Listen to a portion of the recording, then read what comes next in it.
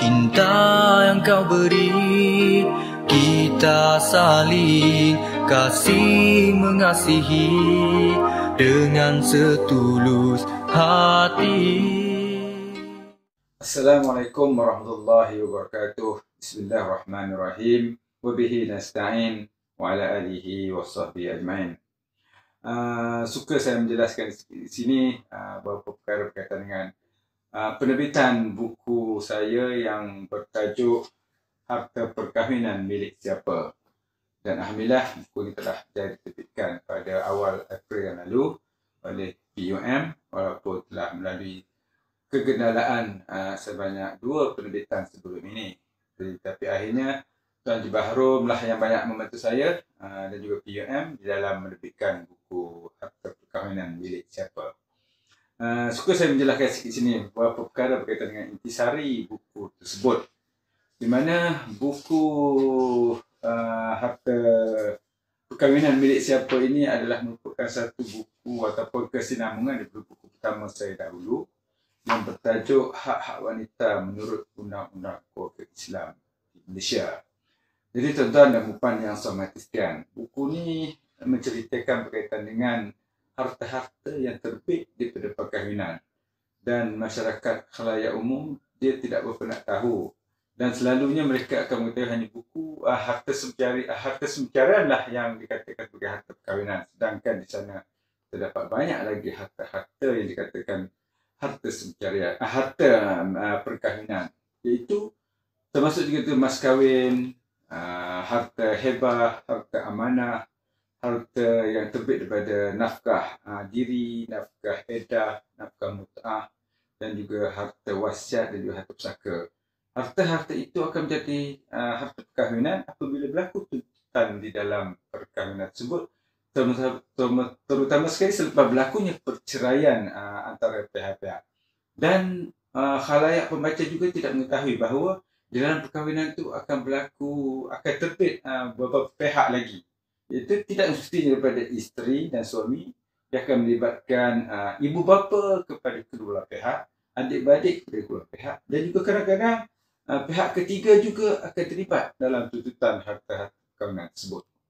Jadi di dalam buku ini saya menceritakan semua perkara yang berkaitan, dan ada kalanya semua harta yang saya sebutkan tadi bukan menjadi harta yang boleh dituntut. Ada juga harta-harta yang kepunyaan pihak-pihak itu secara sendiri yang dibawa sebelum perkahwinan, tetapi ada juga harta yang dibawa yang saya sebutkan tadi telah dimajukan bersama dan akan jadi harta dalam perkahwinan. Jadi buku-buku ni saya muatkan juga dengan kes-kes yang telah saya bicarakan di Mahkamah Syariah dan juga kes-kes yang dibicarakan oleh hakim-hakim lain di dalam Mahkamah Syariah di seluruh Malaysia.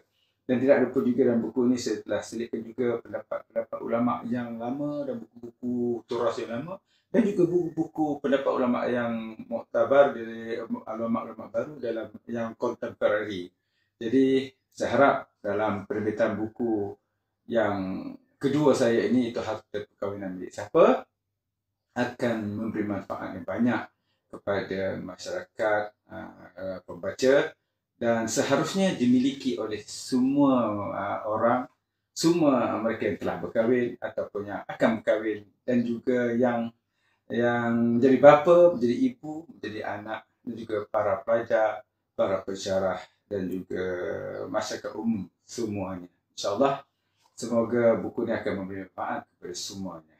Itulah dia buku Harta Perkahwinan Milik Siapa. Sekian. Assalamualaikum warahmatullahi wabarakatuh. Kita akan disatukan dengan ikatan pernikahan. Oh kasih, di sana kita bina.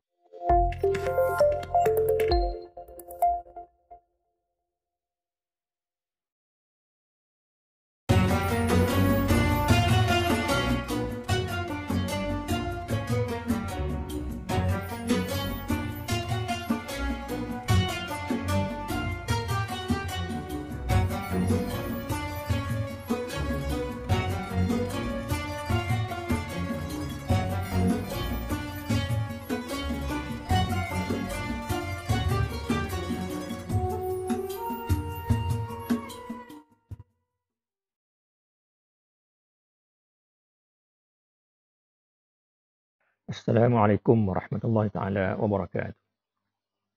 Bismillahirrahmanirrahim. Alhamdulillahirabbil alamin wassalatu wassalamu ala asyrafil anbiya'i wal mursalin wa ala alihi wa sahbihi ajma'in. Muslimin dan muslimat yang dikasihi sekalian. Alhamdulillah dapat kita sama-sama dalam tazkirah pada petang yang mulia ini. Mudah-mudahan ada manfaat untuk kita semua. Kita telah memasuki hari ini hari yang ke-20 Ramadan dan kita telah menghabisi 20 hari di bulan Ramadan ini, dan tentunya banyak perkara yang boleh kita muhasabahkan sebelum kita memasuki 10 hari terakhir daripada bulan Ramadan. 20 hari yang lalu tentunya banyak mengajar kita dan memberi peluang untuk kita mengoreksi dan memuhasabah diri. Apa yang telah kita lakukan dan apa yang telah kita amalkan untuk kita meraih pahala yang banyak-banyaknya di bulan Ramadan ini, dan untuk kita dapat segala kelebihan yang dijanjikan oleh Allah Subhanahu Wa Taala. Kita tahu bulan Ramadan ini memberi peluang yang banyak untuk kita beramal dan melakukan kebaikan. Kita tentunya telah banyak baca Al-Quran, telah bersedekah dan juga telah menghidupkan malam dengan solat dan sebagainya. Dalam pada itu, bila kita akan memasuki 10 terakhir di bulan Ramadan, yang juga menandakan kita akan mengakhiri bulan Ramadan. Bulan Ramadan yang dijanjikan dengan segala kelebihan itu akan berakhir dalam 10 hari lagi. Dan 10 hari terakhir ini juga menjanjikan kelebihan-kelebihan yang tertentu. Antaranya yang besar ialah kelebihan Lailatul Qadar. Lailatul Qadar satu malam yang disebut dalam Al-Quran, Lailatul Qadr khairum min alfi syahr. Inna anzalna fi Lailatul Qadr wa ma adraka ma Lailatul Qadr. Lailatul Qadr khairum min alfi syahr. Malam Qadar itu lebih baik daripada 1000 bulan yang lain. Ini akan kita perolehi di akhir dan 10 akhir bulan Ramadan ini. Walaupun kita terdapat menentukan secara pasti bilakah malam berkenaan, tapi yang pastinya malam berkenaan akan ada sebab ia telah dijanjikan oleh Allah Subhanahu Wa Taala. Dan Rasulullah sendiri telah banyak mengajar supaya mencari taharraw Lailatul Qadr. Carilah malam Lailatul Qadr itu pada malam-malam witir, malam-malam ganjil dan 10 yang terakhir daripada bulan Ramadan. Jadi dalam kita memburu Lailatul Qadar dan dalam kita bersungguh untuk memasuki 10 terakhir bulan Ramadan ini, maka molek jugalah kita sama-sama muhasabah apa yang telah kita lakukan 20 malam yang sebelum daripada ini. Bagi mereka yang menumpukan dan betul-betul memahami apa yang ada di bulan Ramadan ini, tentunya mereka telah menumpukan dengan ibadat yang sebaik-baiknya.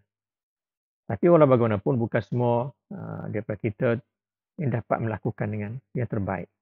Mungkin kalau kita hanya dapat melakukan berpuasa sahaja dan tidak dapat melakukan ibadat-ibadat lain seperti menghidupkan malam, baca Quran dan bersedekah. Dan inilah masanya untuk kita menoleh ke belakang, melihat apa yang telah kita lakukan, apa-apa kekurangan yang ada, yang kita boleh gearing up di akhir 10 terakhir ini dengan menambahkan amal ibadat, baca Quran, sedekah, menghidupkan malam dan sebagainya. Muslimin yang dikasihi sekalian, Allah Subhanahu Wa Taala berfirman dalam ayat Al-Quran, Ya ayyuhalladzina amanu ittaqullah wal tanzur nafsun madza qaddamat lighad wattaqullah innallaha khabirum bima ta'malun. Wahai orang yang beriman, bertakwalah kepada Allah serta dia tengok-tengokkanlah apa yang dia akan sumbangkan. Wal tanzur nafsun, dan setiap diri menengok-nengokkan apa yang dia akan sumbangkan, yang akan dia lakukan, yang akan dipersembahkan pada hari akhirat di hadapan Allah Subhanahu wa taala. Bertakwalah kepada Allah. Sesungguhnya Allah itu khabirum bima ta'malun, Maha mengetahui apa yang kamu lakukan. Dalam ayat ini 2 kali disebut ittaqullah. Yang pertama, ya ayyuhalladzina amanu ittaqullah. Wahai orang beriman, bertakwalah kepada Allah.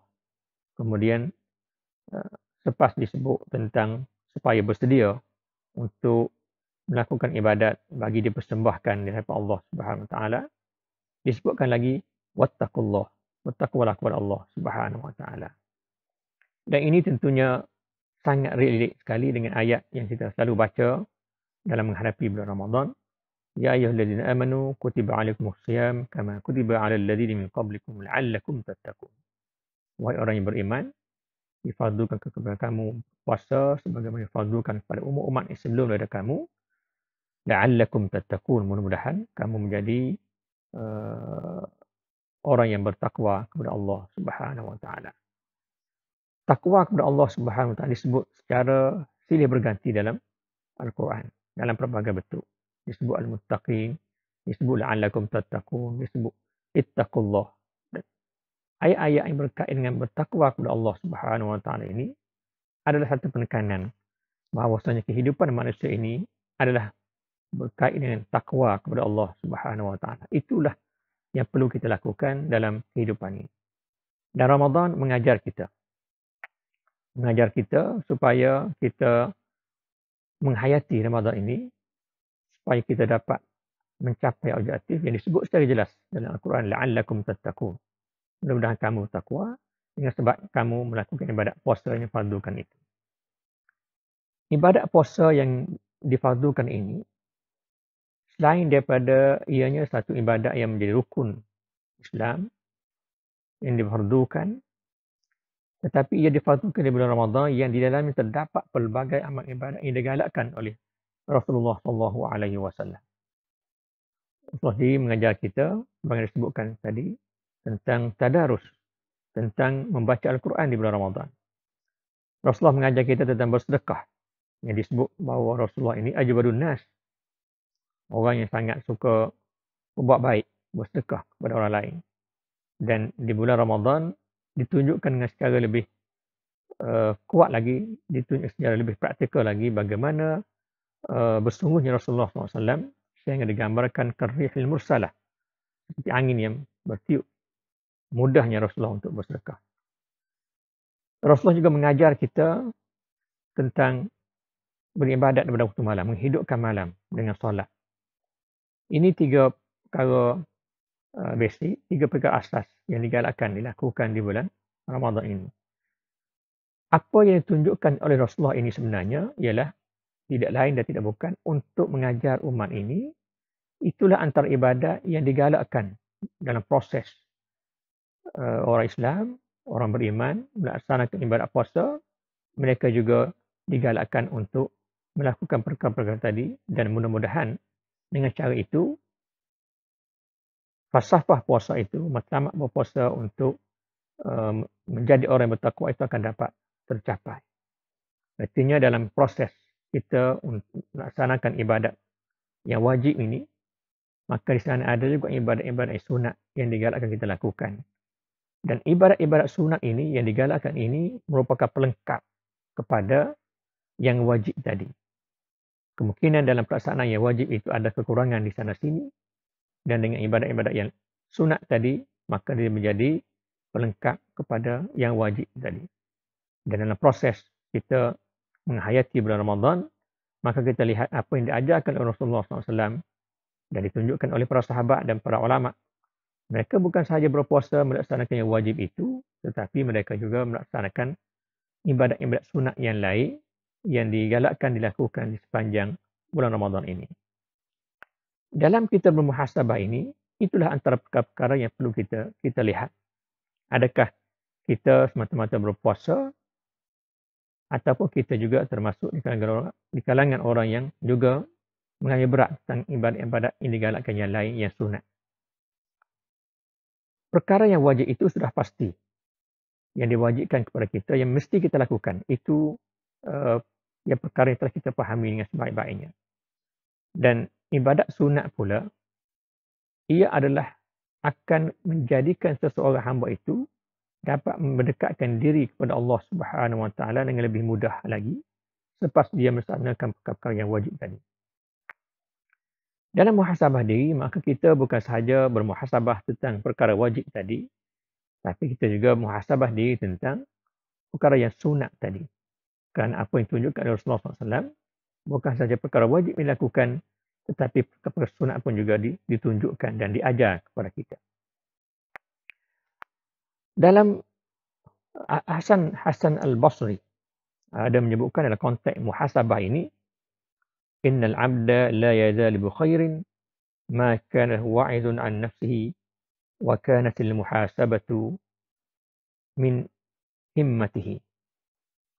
Akan sentiasalah hamba ini akan berada dalam kebaikan selama mana dia menjadikan dirinya wa'idun an nafs, selama mana dia sentiasa memberi peringatan kepada dirinya. Dia sedar apa yang dilakukan oleh dirinya. Wa kanat al muhasabatu min himmatihi. Dan muhasabah itu menjadi perkara yang menjadi himmahnya, menjadi yang dia letak sebagai satu top priority dalam kehidupannya. Apa yang disebutkan oleh Hasan Al-Basri ini,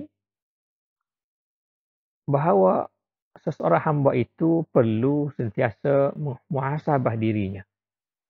Dan selama mana dia bermuhasabah tentang dirinya, maka selama masa Islam itulah dia akan sentiasa berada dalam kebaikan.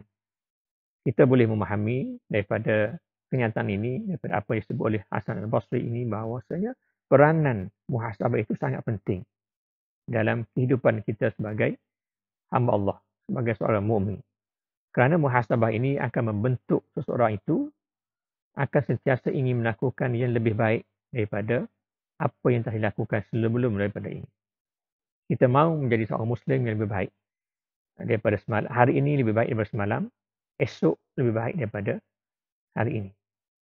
Dan untuk melakukan itu, untuk mencapai kebaikan dan penambahbaikan itu, maka kaedahnya melalui muhasabah diri masing-masing. Dan ini selaras dengan apa yang disebut oleh Sayyidina Umar radhiyallahu anhu, Umar Al-Khattab, menyebutkan hasibu anfusakum qabla an tuhasabu wazinu anfusakum qabla an tuzanu. Hisablah diri kamu, muhasabahkan diri kamu sebelum kamu dihisab di hadapan Allah Subhanahu Wa Taala. Wazinu, dan timbanglah amalan kamu sebelum kamu ditimbang amalan kamu di sisi Allah Subhanahu Wa Taala. Proses muhasabah ini akan tentunya berbeza dari setiap individu. Tetapi akan menentukan siapakah yang melakukan yang terbaik ialah seorang itu melakukan muhasabah seikhlas mungkin. Kalau sekiranya dia melakukan muhasabah dengan ikhlas, tentunya dia dapat menghasilkan satu pengurusan hidup, pengurusan diri yang lebih baik daripada apa yang telah dilakukan sebelum daripada ini. Dalam konteks Ramadan, kalau kita ikhlas untuk melakukan muhasabah, kita akan memasuki 10 hari terakhir bulan Ramadan. Kalau kita betul-betul ikhlas untuk menambah baikkan ibadat kita di sisi Allah Subhanahu Wa Taala, kita boleh toleh ke belakang. Kita melihat 20 hari yang lepas, apa yang telah kita lakukan dan apa kekurangan yang ada. Dan kita tambah baik lebih-lebih lagi dalam menghadapi hari-hari terakhir bulan Ramadan ini. Kalau kita sebagai seorang Islam boleh bergembira dengan hadirnya Ramadan di awal Ramadan tempoh hari, kita bergembira kerana kita memahami kelebihan yang ada pada bulan Ramadan dan kita looking forward, tunggu-tunggu untuk ketibaan Ramadan kerana untuk kita meraih segala kebaikan dan segala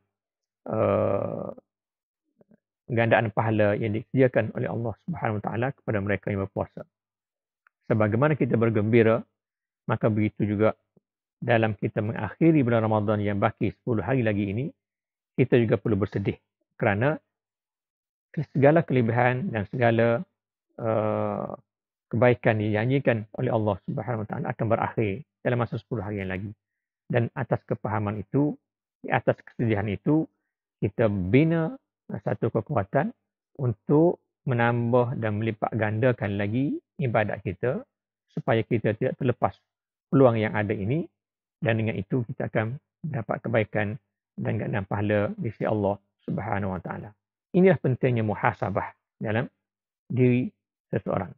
Kepentingan ini kita boleh kita boleh nampak dengan jelas kalau kita memahami kelebihan yang ada di bulan Ramadan ini.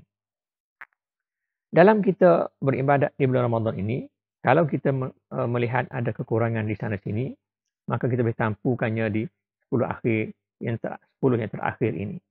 Dan kalau kita lihat dari segi cara kita beribadat dan peluang-peluang yang ada di 10 terakhir ini, Allah Subhanahu Wa Taala memberi peluang yang secukup-cukupnya. Kita perlu mengurus diri kita. Kita perlu mengurus jadual diri supaya kita tidak terlepas peluang ini. Ia bergantung pada kehendak dan kemahuan masing-masing. Ada orang sibuk dengan sesuatu perkara, tetapi oleh kerana pandai mengurus jadualnya, maka dia tetap dapat menumpukan kepada ibadat di bulan yang di 10 hari terakhir bulan Ramadan ini. Jadi kita perlu menyesuaikan diri, kita perlu mengurus jadual hidup kita supaya kita dapat menumpukan ibadat dan tidak terlepas peluang begitu sahaja di bulan yang sangat mulia ini. Jadual boleh kita uruskan, sebagaimana kita bisa mengurus jadual kehidupan harian kita dengan urusan-urusan duniawi, maka tentunya kita, kalau kita ada keikhlasan dan kita bermuhasabah dan kita yakin yang kelebihan-kelebihan yang ada, tentunya kita dapat mengurus diri juga untuk mengurus jadual-jadual ibadat kita dalam kita berdepan dengan bulan Ramadan ini, supaya kita termasuk di kalangan golongan yang diterima ibadatnya di sisi Allah Subhanahu Wa Taala. Inilah sedikit tazkirah yang dapat saya kongsikan pada petang yang mulia ini. Mudah-mudahan ia ada manfaat untuk kita semua, dan mudah-mudahan kita berdoa kepada Allah Subhanahu Wa Taala agar ibadat kita diterima di sisi Allah Subhanahu Wa Taala dan diberi kekuatan, diberi taufik dan hidayah untuk dapat kita mengakhiri Ramadan ini dengan memenuhkannya dengan segala ibadat-ibadat yang baik, dan dengan itu kita dapat mencapai matlamat berpuasa, iaitu la'allakum tattaqun. Mudah-mudahan kamu menjadi orang yang bertakwa kepada Allah Subhanahu Wa Taala. Kerana takwa ini bukan urusan yang boleh kita capai dengan mudah, tapi ia perlu dicapai dengan kesungguhan. Ia boleh dicapai dengan kesungguhan dan dengan keprihatinan kita untuk kita mendapat segala kebaikan dan peluang-peluang yang diberikan oleh Allah Subhanahu Wa Taala. Artinya kita perlu berusaha untuk itu. Dia bukan datang bergolek di hadapan mata, tapi ia perlu diusahakan. Dan untuk mencapai takwa itu, Allah Subhanahu Wa Taala telah menyediakan peluang yang terbaik ini, iaitu dengan melaksanakan segala ibadat untuk kita dapat gandaran pahala, untuk kita dapat kebaikan dijanjikan oleh Allah Subhanahu Wa Taala. Wabillahi taufiq wal hidayah. Wassalamualaikum warahmatullahi wabarakatuh. Ramadan, Ramadan ya Habib. Ramadan, Ramadan, ليتك